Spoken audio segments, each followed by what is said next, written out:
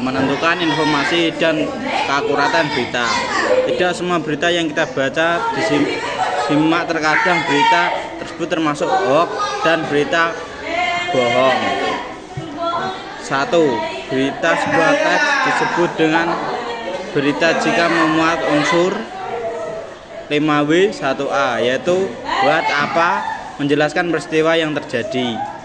2B, di mana, menjelaskan tempat peristiwa terjadi.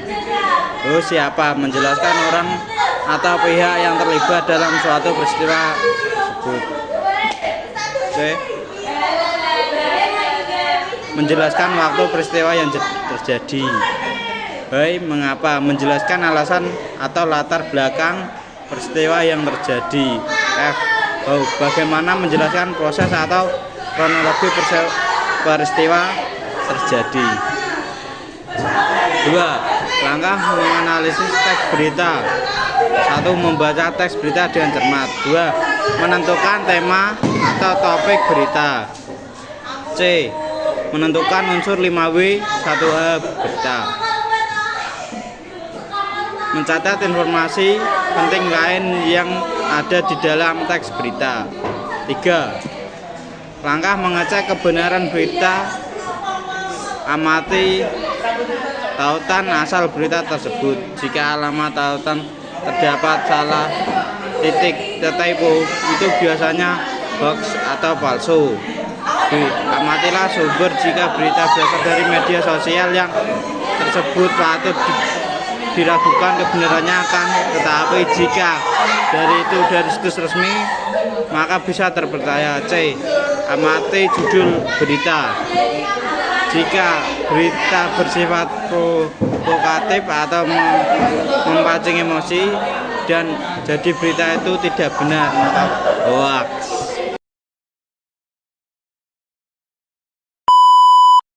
Menentukan struktur dan kebahasan teks berita. Struktur teks berita yaitu meliputi judul berita, kepala atau teras berita, tubuh berita, dan ekor berita. Nah, yang pertama yaitu judul berita. Judul berita adalah kata kunci yang mewakili keseluruhan berita. Yang kedua yaitu teras atau kepala berita. Adalah bagian yang sangat penting dari berita. Di dalam teras berita terangkum inti keseluruhan isi berita. Bagian ini biasanya dipenuhi dengan 5W 1H. Yang ketiga adalah tubuh berita, yaitu isi berita.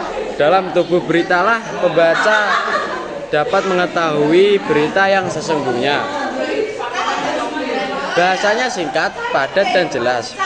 Jadi tubuh berita juga bisa disebut sebagai penjelas dari teras atau kepala berita. Yang terakhir adalah ekor berita. Ekor berita sendiri berisi informasi kurang penting karena bagian ini berkaitan dengan judul berita yang sudah dijelaskan. Sementara itu, kebahasan teks berita ada 4, yaitu yang pertama adalah penggunaan bahasa baku. Penggunaan bahasa baku atau standar akan memudahkan pemahaman banyak orang. Penggunaan bahasa baku lebih mudah dipahami oleh masyarakat umum atau pembaca. Yang kedua adalah penggunaan kalimat langsung dalam teks berita. Ciri kalimat langsung ditandai dengan 2 tanda petik ganda dan disertai keterangan penyerta. Penggunaan kalimat langsung ini terkait dengan pengutipan pernyataan-pernyataan oleh narasumber. Yang ketiga adalah penggunaan konjungsi teks berita. Penggunaan konjungsi teks berita menggunakan konjungsi yang memperjelas maksud berita. Konjungsi yang biasa digunakan dalam teks berita yaitu konjungsi temporal atau penjumlahan, seperti kemudian, sejak, setelah, awalnya, akhirnya. Konjungsi ini berkaitan dengan pola penyajian berita yang umumnya mengikuti pola kronologis atau secara urutan waktu. Selain itu, konjungsi yang digunakan dalam teks berita adalah konjungsi penerang. Misalnya bahwa konjungsi penerang ini berhubungan dengan pengubahan bentuk kalimat langsung menjadi tidak langsung. Yang keempat atau yang terakhir adalah penggunaan kata keterangan. Penggunaan kata keterangan dalam teks berita sering menggunakan kata keterangan. Keterangan yang sering digunakan dalam teks berita yaitu keterangan tempat dan waktu.